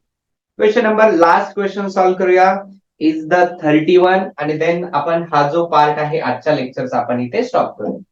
So we are having question number 31. काय आहे question number 31 मध्ये? The ratio of angular velocities of R hand of a clock and the spin of the earth. Remember the question, the ratio of angular velocities. Angular velocities. आणि कोणाचा ratio आहे sequence wise. Angular velocity of the hour hand which is the तास काटा आणि angular velocity of the अर्थ. आता यांचं values बघूयात आपण की एक्झॅक्टली काय असतं. तो आपल्याला माहिती आहे अर्थ जी आहे एक रोटेशन कंप्लीट करणार आहे 24 आवर्स मध्ये आणि आपला जो आर हँड जो आहे एक रोटेशन कंप्लीट करणार आहे 12 आवर्स मध्ये. म्हणजे ही angular velocity of the earth जी आहे ही हाफ आहे. रिमेंबर टाइम जो आहे हा डबल आहे बट वेलॉसिटी जी आहे ही हाफ आहे. रिलेशन कसं एस्टॅब्लिश होत आहे omega is equals to 2 upon T. Time आणि अँग्युलर वेलॉसिटी इनव्हर्सली प्रोपोर्शनल आहे. सो जर अर्थला 24 आवर्सचा जर टाइम लागतो आहे विच इज टाइमची व्हॅल्यू जास्त असेल तर अँग्युलर वेलॉसिटीची व्हॅल्यू कमी असेल. आणि आवर हँड साठी once again omega is equals to 2 upon T मध्ये आता 12 आवर्सच लागत आहे. सो त्याची अँग्युलर वेलॉसिटीची व्हॅल्यू जी आहे ही जास्त आहे आणि 24 आणि 12 मध्ये एकमेकांचे डबल आणि हाफ आहे. सो रेशो मध्ये आपल्याला फाइंड आउट करायचे आहे आवर हँड जो आहे त्याची व्हॅल्यू जी असणार आहे double as compare to the earth. So this is our establish relation. The ratio of angular velocity of our hand and angular velocity or the rotation of the earth हा असणार आहे 2:1 आणि हा होता आपला क्वेश्चन नंबर 21. राईट ऑप्शन जो आहे is option B आहे. तशा वेळेने आपला रोटेशनल मोशन जो आहे चला आपण 4 पार्ट मध्ये स्प्लिट करूया. Theoretical 2 part, applications of circular motion and rotational motion आणि MCQ of rotational motion and the circular motion. यापैकी थेरॉटिकल दोन्हीही पार्ट कंप्लीट झाले. काल सर्क्युलर मोशनचा आज रोटेशनल मोशनचा. आणि कॅल्क्युलेशन एमसीक्यूचा जो पार्ट आहे काल आणि आज मिळून आपले सर्क्युलर मोशन आणि त्याच्या ऍप्लिकेशनचे एमसीक्यूज कंप्लीट होतात. उद्याच्या लेक्चरसाठी आपल्याकडे बाकी आहे अँग्युलर मोशनच्या किंवा रोटेशनल मोशनच्या एमसीक्यूजचे पार्ट ज्यामध्ये ऑफकोर्स आपण moment of inertia, radius of gyration, principle of parallel and perpendicular axis, rolling motion आणि देन अँग्युलर मोशनचा अँग्युलर मोमेंटम, टॉर्क, त्यानंतर कायनेटिक एनर्जीज ह्या सर्वांवरती एमसीक्यू जे आहे आपण उद्याच्या लेक्चरला कंटिन्यू करूया. सो जर स्टील अजूनही कोणाला काही डाऊट्स असतील आजच्या झालेल्या क्वेश्चन्स मध्ये किंवा आज जो थेरी पार्ट झाला त्यामध्ये तो हे सर्व जे आहेत कॅल्क्युलेशन्स आपण उद्याच्या लेक्चरला कंटिन्यू करूया. सो क्वेश्चन नंबर 2 बाकी आहे, 32 अँड 33. सो क्वेश्चन नंबर जर बघितला, लेट्स से 32 अँड 33. 32 जो आहे, a particle rotates in a uniform circular motion of radius R. Student notes down the following observation. एक स्टुडंट आहे आणि त्याने युनिफॉर्म सर्क्युलर मोशनचे ऑब्झर्वेशन लिहिले आहे. पहिलं ऑब्झर्वेशन आहे, angular velocity is constant. Always remember, uniform मध्ये सर्व मॅग्निट्यूड कॉन्स्टंट. सो पहिलं statement is correct statement. Then second option आहे, tangential velocity is constant in magnitude but not in direction. Once again magnitude constant आहे, direction change होणार आहे. Correct statement. Second statement is also correct. Third statement आहे, kinetic energies varies. Remember, the velocity constant राहिली, kinetic energy कॉन्स्टंटच असायला हवी. So हे statement आहे, kinetic energy varies is a wrong statement. Question number option 4 जो आहे, statement 4, angular momentum is constant in magnitude and direction. आपण law of conservation of angular momentum बघितला आहे. It is the law of conservation, तर तो कॉन्स्टंटच राहणार आहे, कुठेही ऍप्लिकेशन करा. सो 32 ऑफ क्वेश्चन मध्ये त्याचं फर्स्ट, सेकंड आणि फोर्थ स्टेटमेंट करेक्ट असणार ऑप्शन आहे option D. Then question number 33 जो आहे, that is the centrifugal force. जसं आपण कालच्या लेक्चरला त्यांच्यामध्ये व्हेरिएशन बघितलं होतं. Centripetal is real and centrifugal is a pseudo force. So centrifugal force जो आहे, 4 ऑप्शन पैकी ऑप्शन बी आणि ऑप्शन डी मध्ये सुडो सांगितलं आहे. सो आपला आन्सर बी आणि डी पैकीच असेल. ऑप्शन बी सांगतो आहे, it is a pseudo force of magnitude M R omega square. Right statement आहे. अजून दोघांच्याही values mv square upon R, M R omega square constant आहे. Acting along the radius and away from the centre. Yes, centrifugal force जो आहे याचं direction away असेल आणि सेंट्रिपेटलचं डायरेक्शन टुवर्ड्स द असेल. सो आपल्या क्वेश्चन नंबर 33 मध्ये वन्स अगेन आपला राईट ऑप्शन जो आहे हा ऑप्शन बी आहे. देन क्वेश्चन नंबर 2 जो आहे, angular displacement is. So because ही डिस्प्लेसमेंट आहे, तर ही डिस्प्लेसमेंट जी आहे ही वन्स अगेन ही वेक्टर क्वांटिटी आहे. आणि आय थिंक हा क्वेश्चन आपण कालही डिस्कस केलेला. सो ह्या एंटायर डिस्कशन आणि 33 क्वेश्चन मध्ये स्टील अजूनही कोणाला डाऊट्स असतील तर उद्याचं लेक्चर जे आहे त्यामध्ये आपण कंटिन्यू करूया. ठीक आहे. सो रिमेनिंग क्वेश्चन्स यामध्ये ऑलमोस्ट कम्प्लीट झालेले आहे. फक्त रोटेशनल मोशनचे जे एमसीक्यूज बाकी आहेत ते आपण उद्याच्या लेक्चर जे आहे त्यामध्ये कंटिन्यू करूया.